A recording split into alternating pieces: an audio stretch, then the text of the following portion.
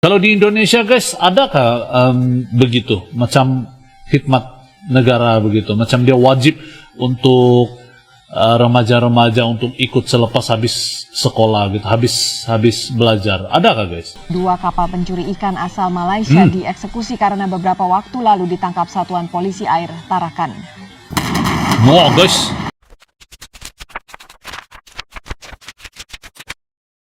tiada lagi ruang maling masuk di Indonesia guys. Perbatasan diperketatkan dengan begitu ketat dan 2 kapal diledakkan di Indonesia. Assalamualaikum, saya BDT dari Borneo Sabah akan menemani kawan-kawan semua dalam episode reaction kali ini. Kita bersinar, BDT buka mata dunia, Sabah dan Indo satu frekuensi sama irama silaturahmi lewat video kita terus maju.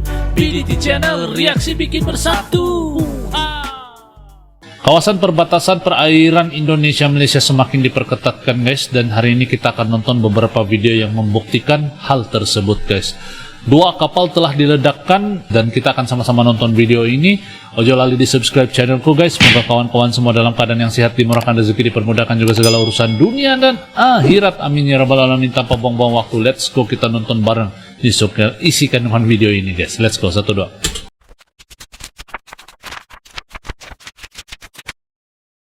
Dua kapal pencuri ikan asal Malaysia dieksekusi karena beberapa waktu lalu ditangkap Satuan Polisi Air Tarakan. Wah guys, diledakkan. 4 buah pesawat tempur Sukhoi dari Skuadron Udara 11 Lanut Hasanuddin Makassar tiba di Bandara Juwata, Tarakan, Kalimantan Utara setelah melakukan operasi di wilayah perbatasan Indonesia-Malaysia.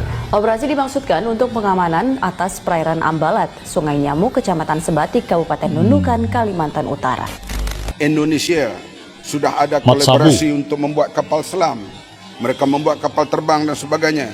Kita memulakan tetapi kita tertinggal ke belakang.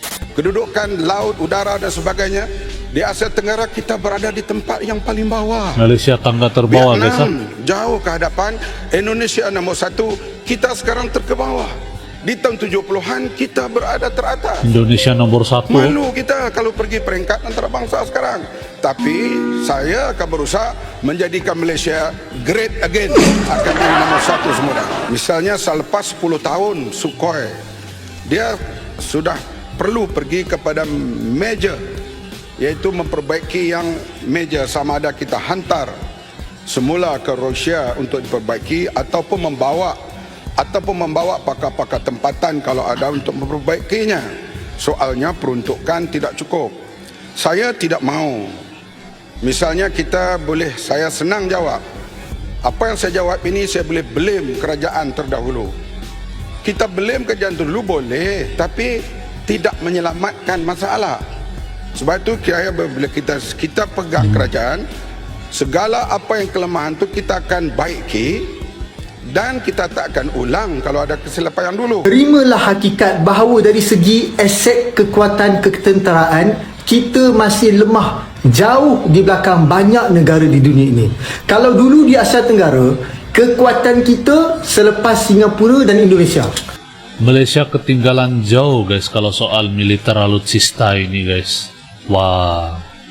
Ini satu fakta yang tidak dapat dinafikan guys. Dan ini bukan hoax guys. Ini bukan hoax. Ini semua video-video yang dikompilasikan ini adalah orang Malaysia sendiri yang berbicara. Dan ini adalah cuplikan-cuplikan video yang memang diambil daripada beberapa lama. Jadi mustahil ini adalah hoax. Ini bukan dibikin-bikin untuk menjatuhkan, tetapi cuma untuk menambah pengetahuan kita lah, juga menambahkan kita punya semangat untuk lebih meningkat, untuk meningkatkan. Kalau macam Malaysia lihat kan dapat membangkitkan semangat untuk bersaing dengan sihat. Itu kalau menurut saya guys.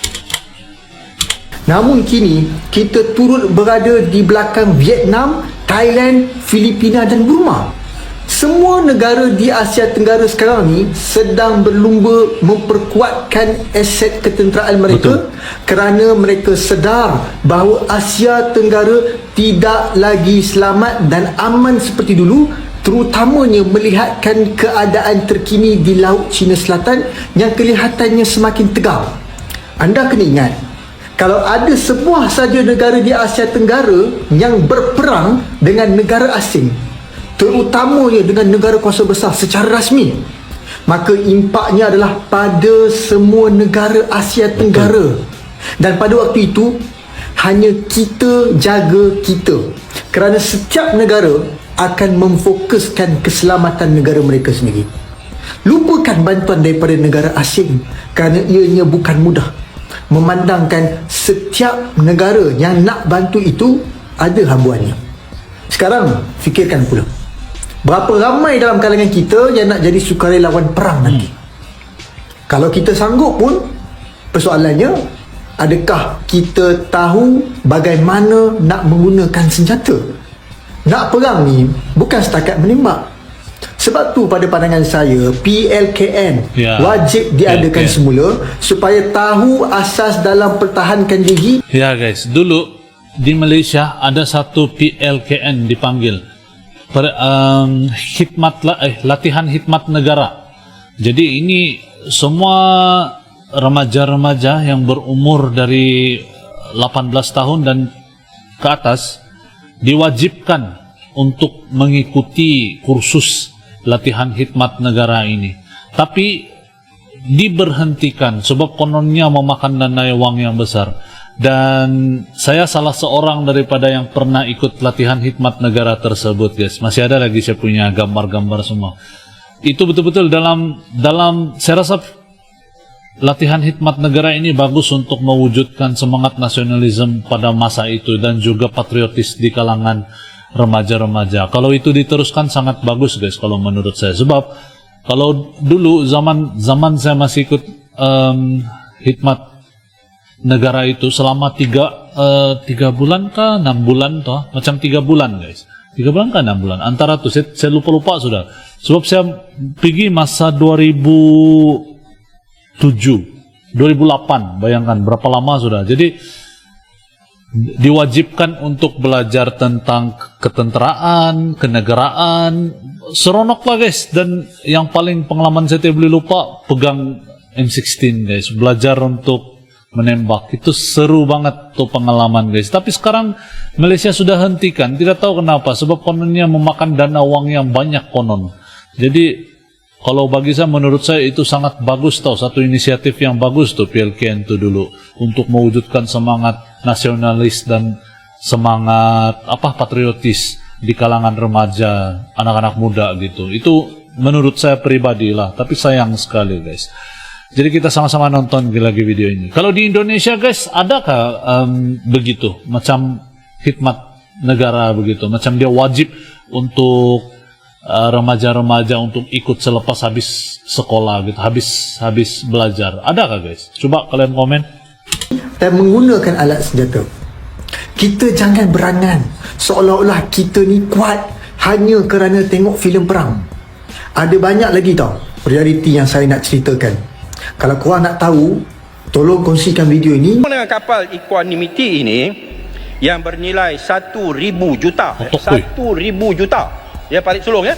Parit Sulong, 1,000 juta ni kapal ni, Equanimity ni, ya. Ni maknanya 1 bilion ringgit, ya. Datuk Seri, ya. Ianya saya mencadangkanlah, ya, supaya nama kapal tu kita tukarlah, ya. Kita jangan panggilnya Equanimity. Equanimity ni maknanya ketenangan, keamanan, ya, bila melanda lautan yang bergelora, kononnya kapal itu dalam keadaan aman dan tenang, ya. Tapi kita tukar daripada Equanimity, kita tukar kepada ignominy, ya. Ignominy ataupun the non-standard version, ignominy, ya, yang mana malu besar, ya. Maknanya malu besar, ya. Ianya merupakan kapal yang melambangkan malu besarnya rakyat Malaysia, ya. Yang sekarang ini kita ni dijadi bahan ketawa oleh jiran kita, Indonesia. Indonesia yang dulu kita pandang remeh, kita pandang remeh sama, ya, Indonesia sebagai negara pembekal buruh kasar, pembantu rumah, ya, masyarakat yang kurang maju. Kitalah yang paling maju di kalangan rumpun Melayu dan sebagainya. Tetapi sekarang ini kita malu. Kita malu. Kita malu oleh kerana kapal yang dibeli dengan duit rakyat Malaysia yang 1,000 juta itu telah ditahan oleh Indonesia dan ditayang dalam televisyen dan berita mereka sebagai satu trofi yang menunjukkan betapa pemerintahan dan pentadbiran Malaysia telah hilang hala tuju dan hilang segala prinsip dan arah. Dua kapal masing-masing bernama KM Nagamas dan KM Telukowi yang diledakkan merupakan kapal dengan bendera Malaysia karena tertangkap mencuri ikat Kena kasih meletup bau betul guys. Kabupaten Nunukan pada akhir Februari lalu. Gila. Kapolda Kalimantan Timur Irjen Pol Safarudin Bukan memimpin main-main, langsung meledakan kapal di Tarakan dengan komando dari Kementerian Kelautan dan Perikanan. Diledakkan, Mbak. Menteri Kelautan dan Perikanan memimpin langsung penenggelaman 23 kapal ilegal asing yang berhasil ditangkap. Total keseluruhan sudah 174 kapal asing yang ditenggelamkan oleh pemerintah Indonesia. 3, 2, 1, ledakan. Oh, lama. Wih, guys, gila, bikin merinding lihat tuh video. Jadi guys, demikianlah video yang baru saya bawa kawan-kawan melihat dan menonton. Apa pendapat kawan-kawan semua, sila komen di ruang komentar di bawah. Dan mungkin sampai di sini dulu video pada kali ini. Kalau ada masukan sila komen guys, dan moga menghiburlah video yang saya react kali ini kan. Dan sampai kita jumpa di episode akan datang. Assalamualaikum guys, bye bye, jumpa lagi. Yo teman-teman, ojo lali di subscribe yo channelku.